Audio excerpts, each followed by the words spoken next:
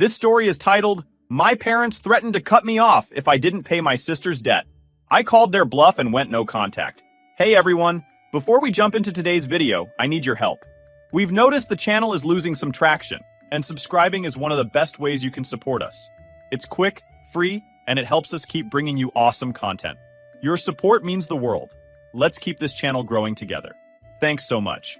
Now let's start the video. Hey everyone, been hanging around here for a while, but I've never really shared anything before. I didn't think I'd ever have a reason to, but my family has officially pushed me to my limit. I need to hear what other people think. It feels like no matter what I do, I'm always painted as the bad guy, and honestly, I'm exhausted. So here's what's been going on. I'm 30, male now, and I've been on my own since I was 18. When I say on my own, I mean it. Financially, emotionally, you name it. My parents? Let's just say they're not exactly winning any awards for parenting or sibling support. They weren't the kind of parents who cheered you on or made you feel like you were special. Instead, they had this unspoken rule that shaped my entire childhood. My younger sister, Anna, could do no wrong, while I was expected to be the responsible one. If Anna messed up, and believe me, she messed up a lot, it was brushed under the rug. She's just sensitive, my mom would say. Or, she'll learn eventually, which was code for, let's pretend this never happened and hope she figures it out. Meanwhile, if I so much as stumbled, it was like the sky was falling. Why aren't you trying harder? You need to set a better example for your sister. It didn't matter what I did. It was never enough. I could bring home a report card full of A's, and they'd ask why I didn't get an A+ in math. But Anna? She could barely pass, and it was, at least you're doing your best, sweetie. That dynamic didn't stop when we became adults. If anything, it got worse.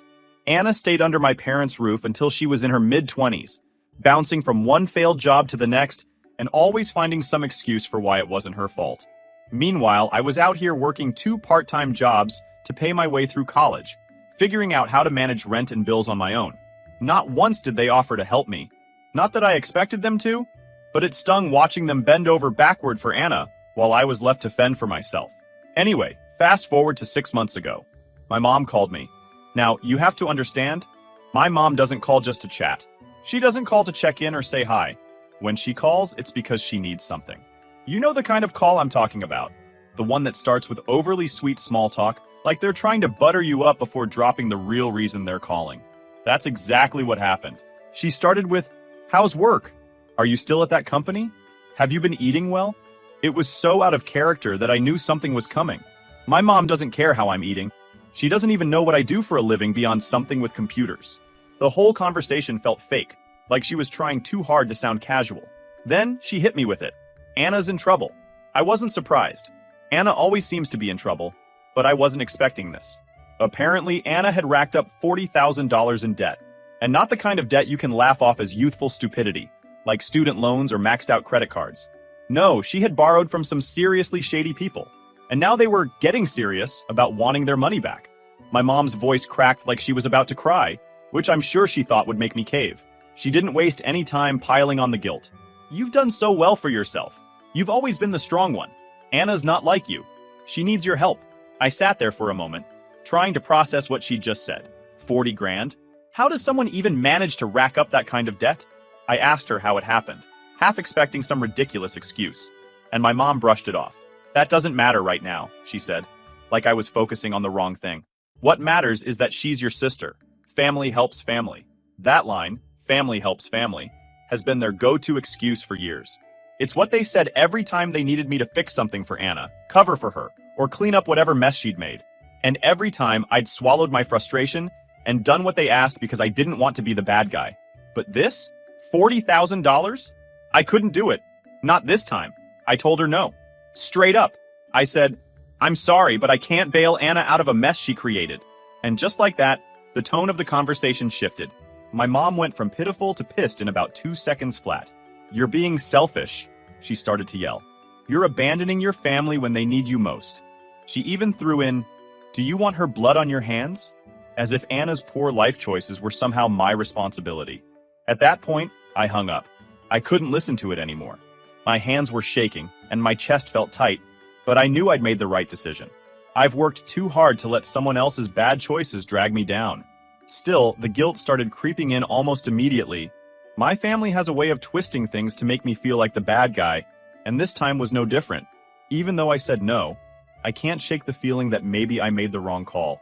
Standing up to my family felt like the right thing in the moment, but now I'm stuck wondering if I've just made everything worse. What if they're right? What if I'm being selfish?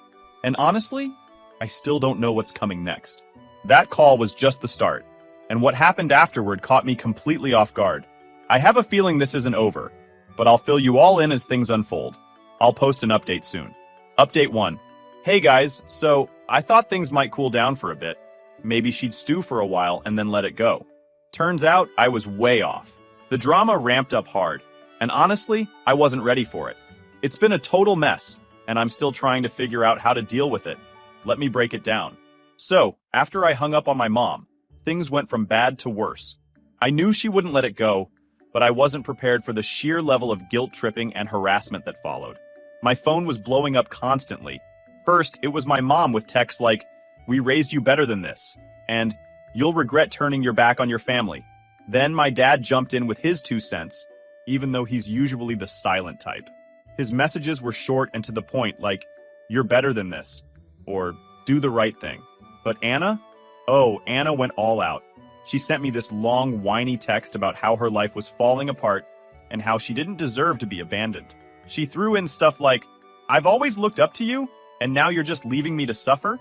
And, "You're rich. It's not like $40,000 would even make a dent for you." That made me laugh, Rich. Let me tell you, just because I'm not living paycheck to paycheck doesn't mean I'm swimming in cash. The entitlement in her tone was unbelievable. I didn't reply to any of them. I thought maybe if I ignored it, they'd realize I wasn't going to budge and just let it go. A couple of days later, I got a call from my aunt. She's one of the few family members I actually get along with. So I picked up. She sounded awkward, like she didn't want to be making the call, but felt like she had to. She said my mom had been telling everyone in the family that I was refusing to help Anna and that I was letting her sink. According to my mom, Anna's life was in danger, and I was just standing by watching it happen. My aunt didn't believe all of it, but she wanted to hear my side. I explained the whole situation, including the part where Anna got herself into this mess and expected me to magically fix it. My aunt was shocked but supportive. She told me I wasn't wrong to say no, and that Anna needed to face the consequences of her actions. Hearing that helped a little, but the damage was already done. My mom had spread the story far and wide, twisting it to make me look like the villain. I started getting texts from cousins, uncles, and even a couple of old family friends.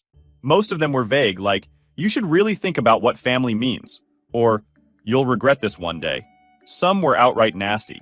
One of my cousins called me selfish and said I was acting like I was too good for the family.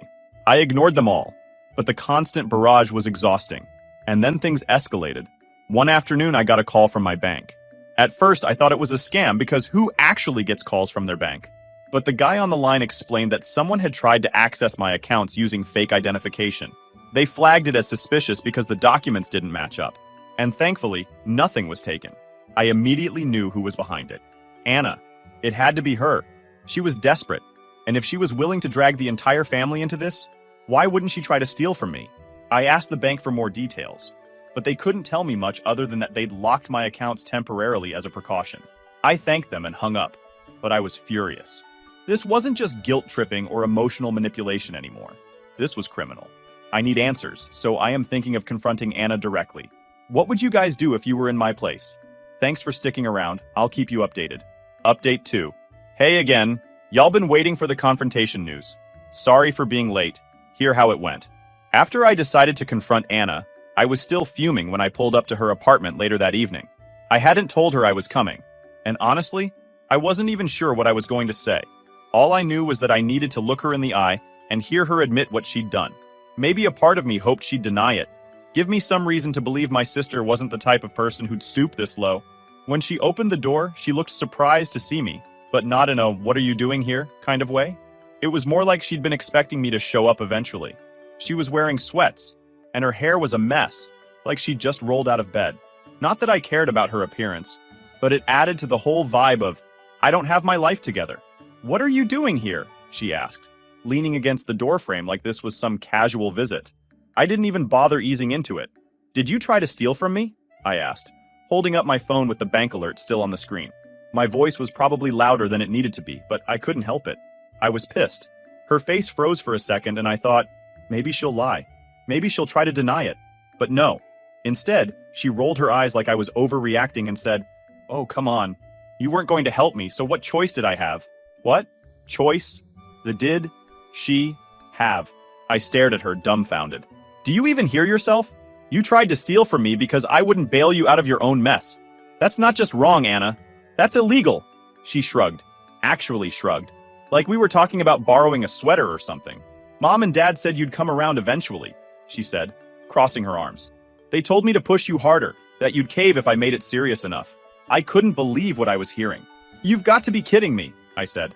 They encouraged you to do this? To commit fraud? Do you even realize how insane that sounds? They didn't tell me to commit fraud, she said. They just said you wouldn't let me sink if you thought I was really in trouble. And guess what? I am in trouble. I don't have anyone else to turn to. I was so angry, I could barely think straight. You don't have anyone else to turn to because you've burned every bridge you've ever had, I shouted.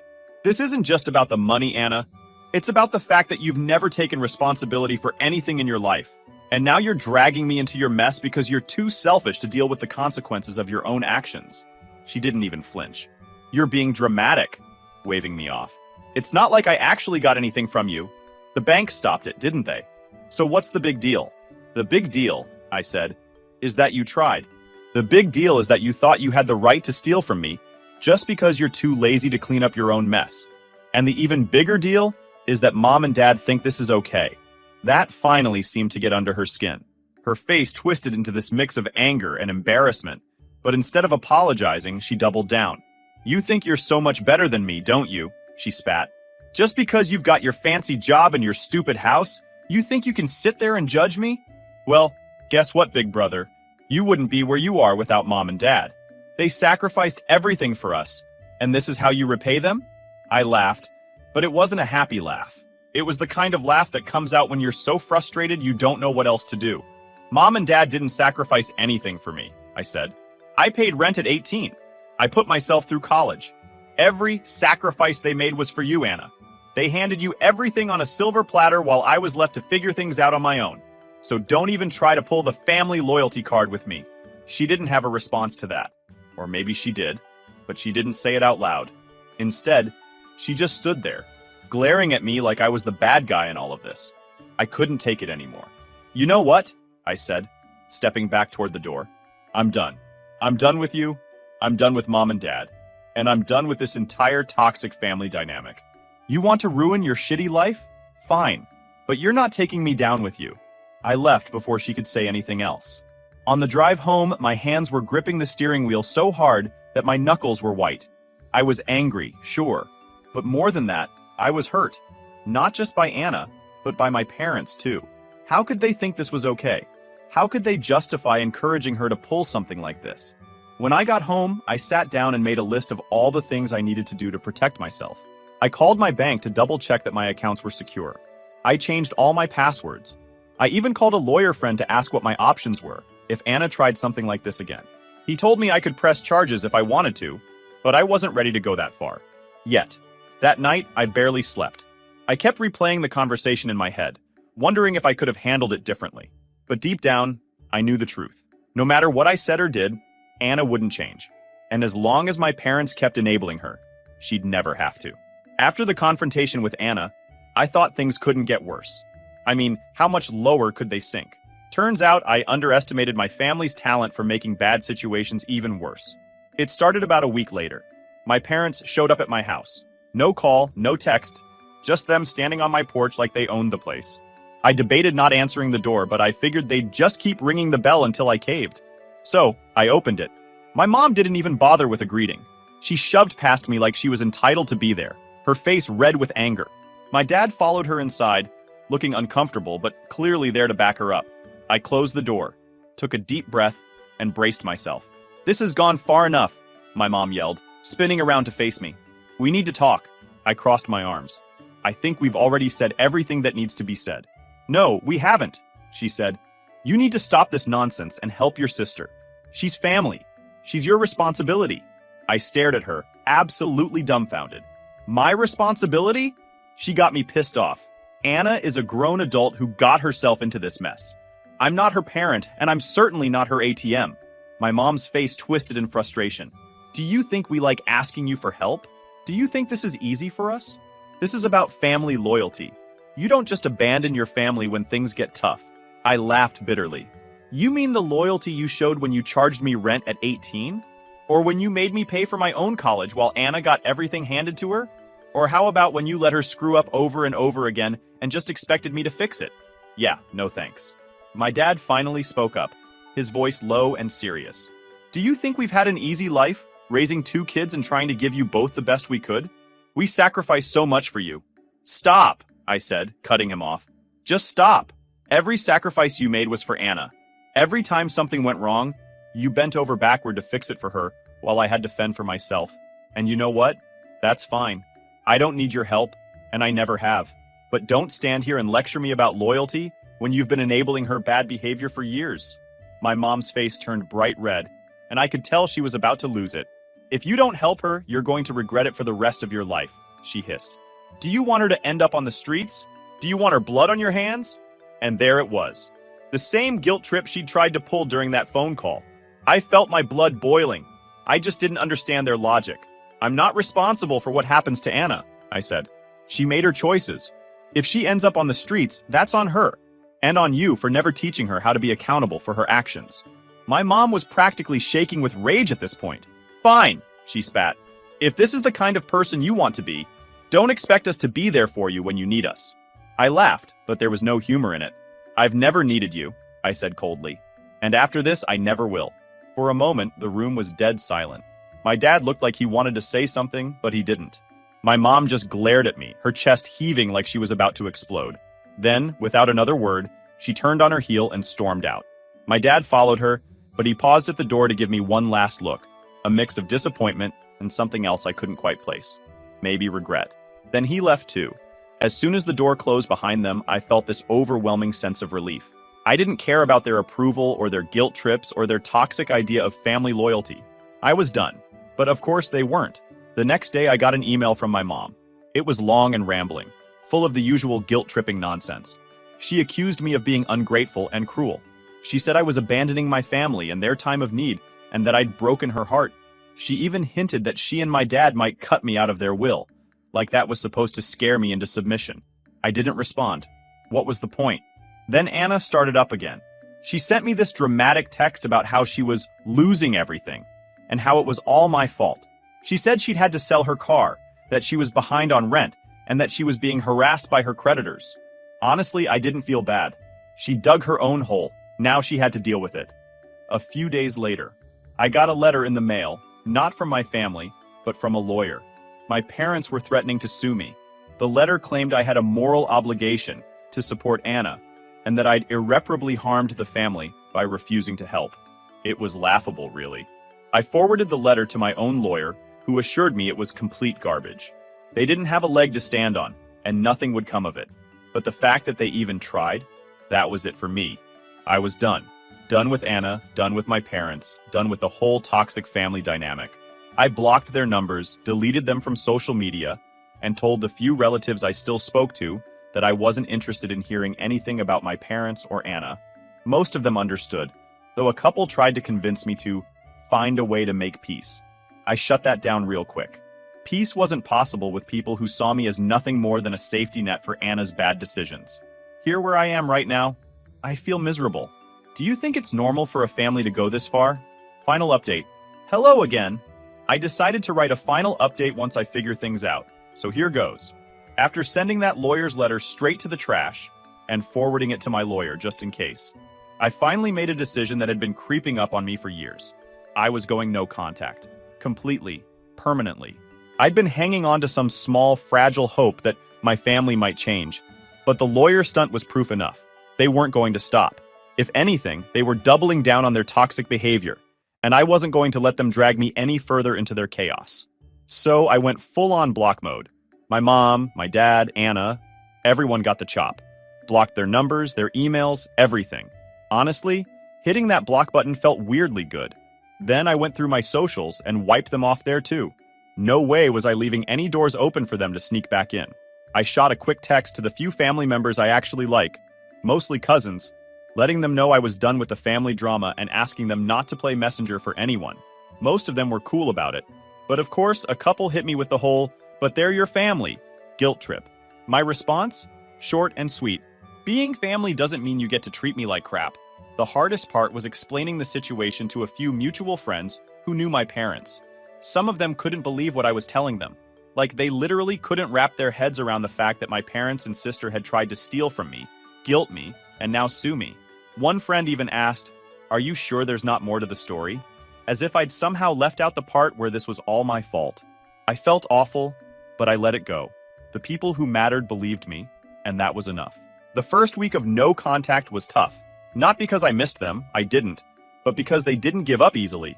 Even with their numbers blocked, they found ways to get through. My mom started calling from unknown numbers, leaving these long, dramatic voicemails about how I was tearing the family apart. She'd say things like, "We just want to talk," or "You're punishing us for trying to do the right thing." It was exhausting. I didn't listen to most of the messages, just deleted them as soon as I realized who they were from. Then there were the letters. My parents must have gone straight from their lawyer's office to the post office, because the letters started coming almost immediately. At first, they were mostly nonsense. My mom writing pages and pages about how much she sacrificed for me and how I was breaking her heart. My dad chimed in too, though his letters were more direct. One of them actually said, "If you don't help Anna, don't expect us to ever forgive you." Forgive me? For what exactly? For not letting my sister steal from me? For not enabling her bad decisions? The sheer audacity of it was almost funny. By the second week, their messages went completely off the rails. My mom's letters turned desperate, almost unhinged, throwing out vague threats like, "You'll regret this one day," and "You'll be sorry when it's too late." It was all guilt and doom, like she was trying to scare me back into line. My dad, though, he didn't hold back. His letters were straight up venomous, calling me selfish, ungrateful, and arrogant. He ranted about how I'd forgotten where I came from, and was betraying the people who made you who you are. It wasn't just guilt anymore. It felt like they were trying to break me down, like they couldn't handle losing their grip on me. And then there was Anna. Oh, Anna didn't waste any time playing the victim. She sent me this long, handwritten letter, probably because she knew I'd block her emails, saying how much I'd hurt her, how she couldn't believe I'd abandon her in her time of need. She wrote stuff like, "You've always been my rock, and now you're just leaving me to drown." And, "I thought you cared about me, but clearly I was wrong." But I just couldn't believe her audacity. She ended the letter by asking for money again. Not $40,000 this time, just a small loan of $5,000 to help her get back on her feet. She even promised to pay me back as soon as things got better. I laughed so hard I nearly cried, like I was going to fall for that after everything she'd done. But my mom went on full crazy mode by showing up at my office. Yeah, she actually rolled up to my workplace unannounced. She stormed into the lobby, demanding to see me, and when the receptionist wouldn't budge, she lost it. She started yelling loud enough for the whole building to hear, calling me a horrible son, and screaming about how I was destroying the family. Security had to step in and physically escort her out. I stood there watching the whole thing from the mezzanine, completely frozen. My coworkers didn't say a word, but their faces? Pure shock. I wanted the ground to swallow me whole. That was it. I'd had enough. I wasn't just mad. I was done. That night, I contacted a family law attorney. Not the friend I'd casually consulted earlier, an actual pro. I laid out everything: the harassment, the entitlement, the insanity. She listened, asked a few sharp questions, and then told me exactly what I needed to do. The next day, we drafted a cease and desist letter. It went out to everyone: my mom, my dad, Anna, even their lawyer. It was crystal clear: contact me again and I'll take legal action. No exceptions. I didn't think they'd actually stop, but shockingly it worked. My mom's calls? Stopped. The nasty letters? Gone. Even Anna, queen of the guilt trip, went radio silent. Now, 6 months after cutting ties, life feels different. Quieter, lighter, and honestly, better. It wasn't easy, but choosing myself over the constant chaos of my family was the best decision I've ever made. Of course, not everyone gets it. A few relatives still hit me with the same tired line, but they're your family. You know what I say to that? Family doesn't mean squat if they don't respect you. Blood doesn't give anyone the right to wreck your peace. You don't owe anyone, your time, money, or sanity just because you share DNA. Boundaries aren't harsh. They're necessary. And honestly, cutting them off was the best thing I've ever done. With the drama behind me, I threw myself into work and finally got a promotion I'd been chasing for years. The little I've heard about Anna tells me she's still struggling. She's working part-time now and living with a friend after losing her apartment. I don't feel bad about it anymore. She made her bed. My parents? Still spreading their story to anyone who will listen, but fewer people are buying it these days. It's freeing not to care. I've also started reconnecting with people I'd lost touch with. Friends, a few cousins, and even opened up to someone I'm dating now. They've been incredibly supportive. And for the first time, I feel like I'm surrounded by people who genuinely respect me. To anyone dealing with a toxic family, I know how hard it is, but it gets better. Cutting them off felt like ripping off a band-aid, but the peace that followed was worth every painful moment. You owe it to yourself to choose peace, to choose you. Thanks for reading.